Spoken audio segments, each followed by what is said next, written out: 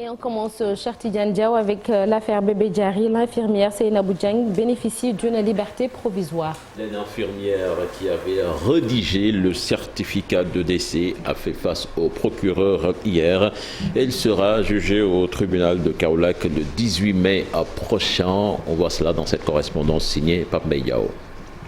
Délivrer le certificat de décès d'un bébé alors qu'il était vivant bénéficie d'une liberté provisoire. Cette décision est prise après son face-à-face avec le procureur. La lettre de désistement du plaignant enregistrée au parquet aurait sûrement motivé cette décision. Seynabou Dieng est poursuivi pour mise en danger de la vie d'autrui, usurpation de fonction de médecin. Son audience est prévue le 18 mai 2022. Seynabou Dieng a été arrêté le lundi matin 16h. L'infirmière avait fait l'objet d'un retour de parquet. A rappelé que dans la journée du 6 mai, l'aide infirmière en question a déclaré la mort d'un bébé, mais arrivé à la morgue, il a été constaté que l'enfant est toujours vivant.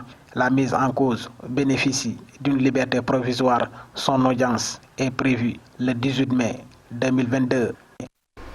Toujours sur ce chapitre judiciaire, Cheikh Amar, inculpé pour tentative d'extorsion de fonds faux et usage de faux. Cela fait suite à son différend avec Samuel Sarr dans l'affaire des 2 milliards qui appartiendraient à Maître Abdoulaye Wade. Une information donc qui fait la une du quotidien Les Échos.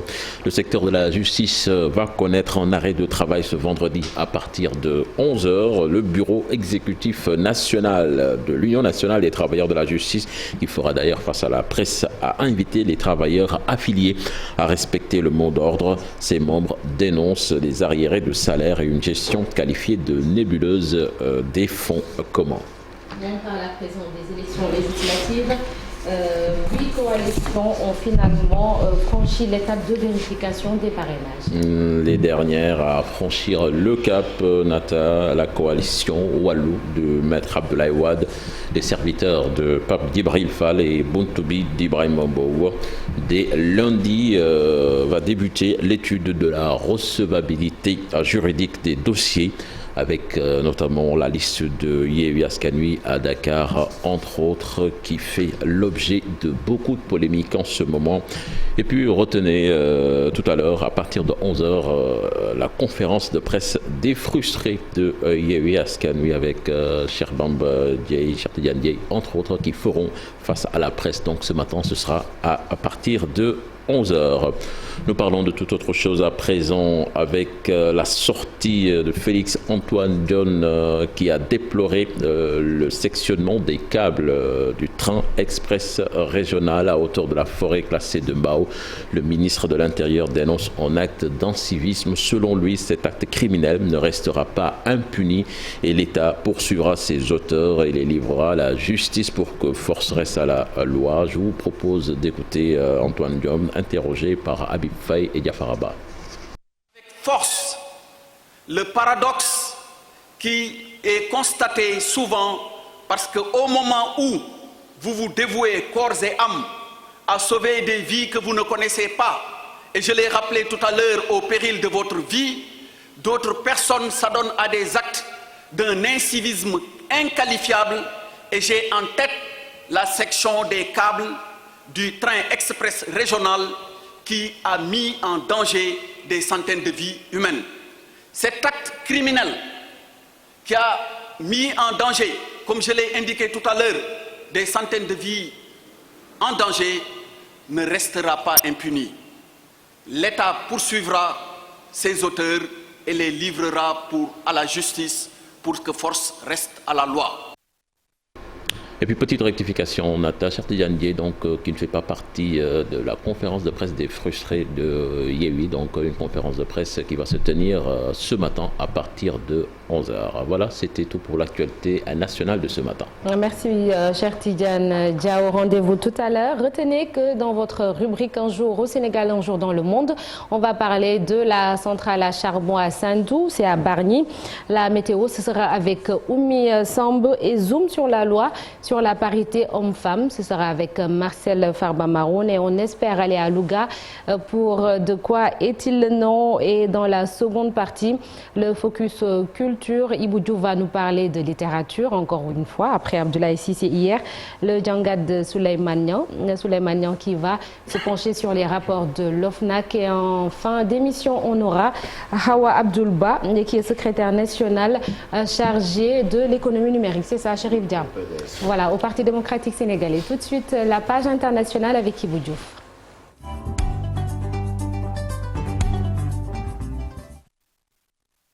Ibou Diouf, bien en place. Ibou Diouf, merci. Bonjour. Bonjour. Bonjour. Également. Merci Sokhna Nata. Bonjour également à tous nos téléspectateurs qui nous suivent en ce moment.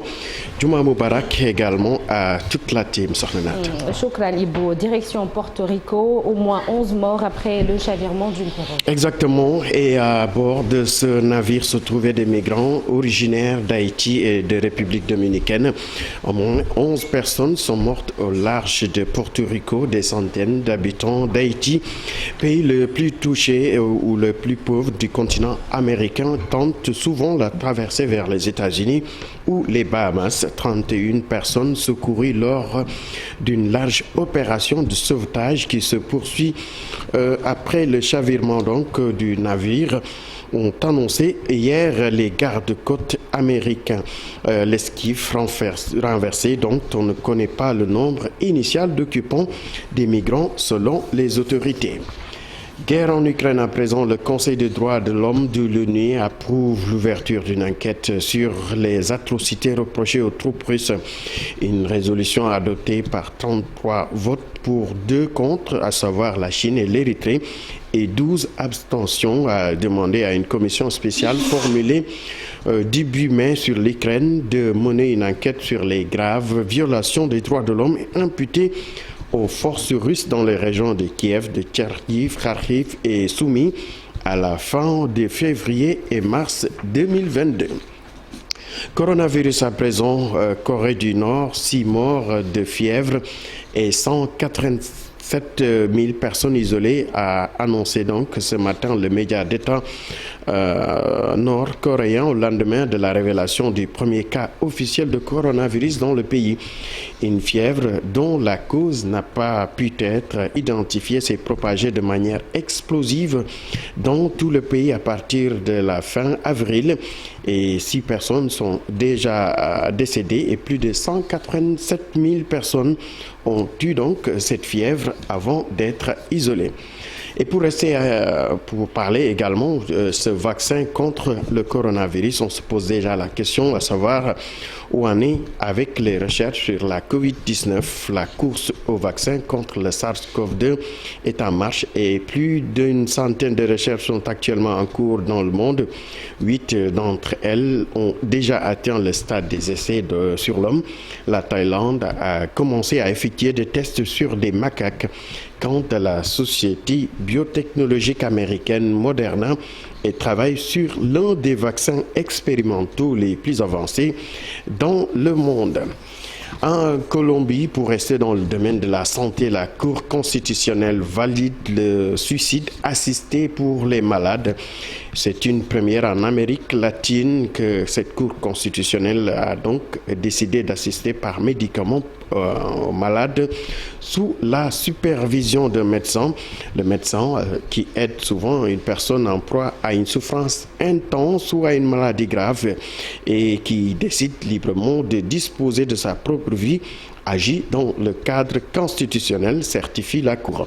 L'euthanasie est légale en Colombie depuis 1997. Sokhna Nata, pour terminer, parlons à présent des planètes. Des scientifiques dévoilent la première photo d'un trou noir massif au cœur de la Voie lactée. 3 ans après la première photo d'un trou noir prise en 2019 qui trône sur la galaxie donc de la Vierge. La collaboration avec l'EHT a dévoilé hier des résultats présentés comme révolutionnaires à l'image donc de ce trou noir. Toute notre galaxie tourne autour de lui et qui est de 4 millions de fois plus lourd que le Soleil sur 6 millions de kilomètres de diamètre, soit un monstre que l'on voit pour la première fois, Sokhna Nata. Merci beaucoup Ibou Diouf pour l'actualité internationale. Rendez-vous tout à l'heure pour la version Wolof. Tout de suite la une des journaux et c'est avec Chérif Dia.